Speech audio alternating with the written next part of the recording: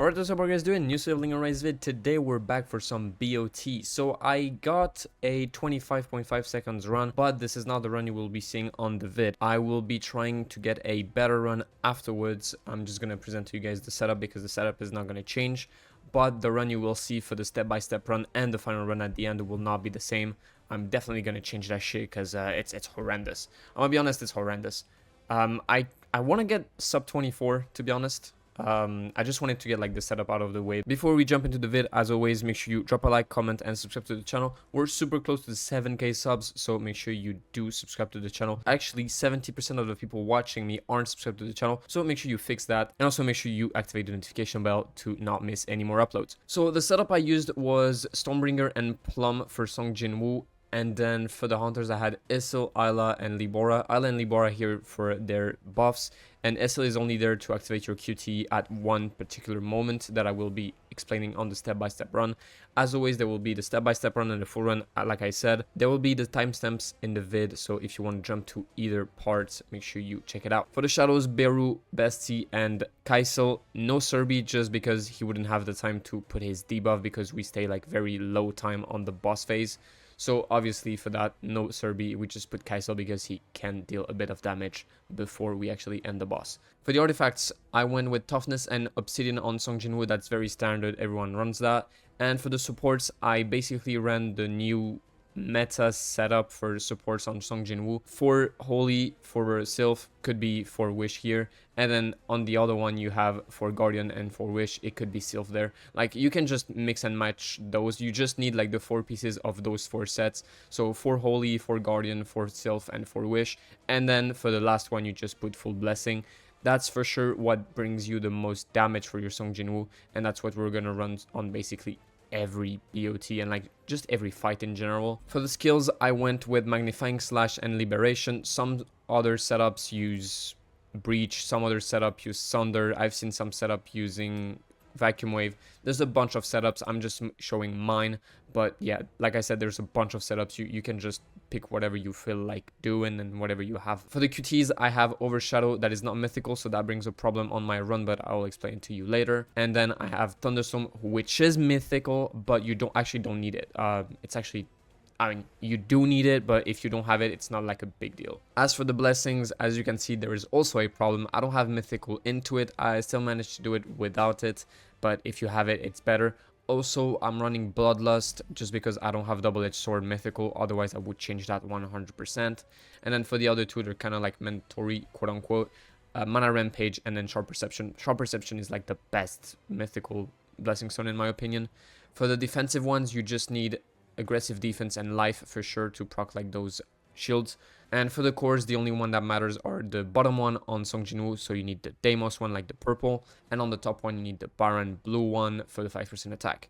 Before we get into the run, make sure you check out my creator program. I have 6 codes for you guys. It's totally free. You just need to support me on the Netmarble creator program. The link is in the description, and you can get a bunch of free essences, free shadow mats, free runes and blessings. So make sure you check that out, and I will be sending out the codes every day to every new supporter. Alright, so now I'm in Premiere Pro. We're gonna go over my whole run step by step. As you can see, I have the overlay once again. I felt like it was pretty useful last time, so I'm gonna leave it every time I make a new guide vid. There is the overlay to see what key I press for each like movement and stuff, and it's kind of like useful for BOT because there is a lot of like key pressing shit and whatever.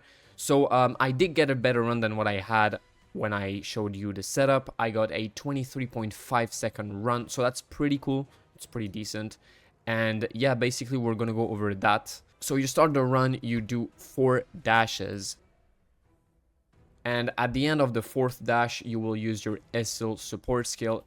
Isil is just there to proc your Thunderstorm QT. As you can see, we just go a bit further in that little circle there, and you start using your Thunderstorm. The moment your Thunderstorm is about to be cast, you will see that the Isil arrows actually hit the monsters as well. As you can see here, it hits the monsters. The Isil arrows will trigger that Thunderstorm QT, and what you want to do is basically, while the Thunderstorm animation is playing and killing those mobs, you want to start using your QTE. By using your QTE while this happens, At the end of the QTE animation, those on the right will be dead, and thanks to that, the left wave of mobs will have spawned, and you're able to kill them with the QTE. You don't need to sit through the whole QTE animations. Once you see they're being hit, you can just cancel and like go out of the animation. You don't have to wait for the second QTE hit, because as you know, Thunderstorm has 2 hits. There's like first the little lightnings, and then there's a big thunderbolt at the end that Jinwoo casts. You don't need to sit through the whole thing. You just have to go through the little lightnings here. As you can see, I just dash away because they're all dead already. So you dash forward and you get to that left side of the map where there's those mobs that spawn. You use your liberation. Liberation kills them. You dash away and you get to the right side and you use another liberation to end the phase 1. My phase 1 here was pretty bad. It was like 9.6, I think. Usually my P1 was around 9.2, sometimes 9.1, but usually it's like 9.2, 9.3. And then you get to the P2, so like the mini boss. The mini boss, you just dash once, you pop Isla just before, and basically what you want to do is just dash and use your QTE to kill them all. If you are lucky and you have a mythical QTE and Intuit, mine isn't mythical, so I gotta basically crit everything. But if you're lucky, your Thunderstorm will kill everyone on the first hit, like on the small Thunderstorm, right? If you don't kill, well, it's not a problem. You just wait for the big Thunderbolt and it will kill. A very, very good P2 would be around 11.2, 11.3. That's what I got. That's like the best P2 I ever got, like 11.2, 11.3. If you're a bit slower, like I was here on my P1 mainly, you will get like 11.7. And if you kill with the last Thunderbolt, it will be like around 12. It's still very good. You don't have to like worry about that. But yeah, basically that's the thing. And once you see that they're all dead, you basically just dash and use your plum to get that full bloom effect. And then the boss fight is pretty easy. You basically spawn in the boss room, you spam your shift and Z keys as you can see. So it's gonna pop your shadows and shadow step instantly. Once the shadow step is here, like once you're behind the boss, basically you use Libora. So Libora is gonna spawn, you dash away instantly, and you start using your magnifying slash. You only want to use 2 of the magnifying slashes, right? So as you know, magnifying slashes has 3 like phases. You only want to use the first 2, so 1, 2, and then you want to dash away and use the third one. So like with this, you'll be able to have the full amplifying draw effect on all 3 of instances, right? Because if you just do 1 dash and 3 magnifying slashes, the last hit of magnifying slash doesn't have the plum buff. So you want to dash 1 more time to get the plum buff on that magnifying slash, and you want to hit it. It's going to deal like a big chunk of damage, and at the end you want to use your overshadow QTE.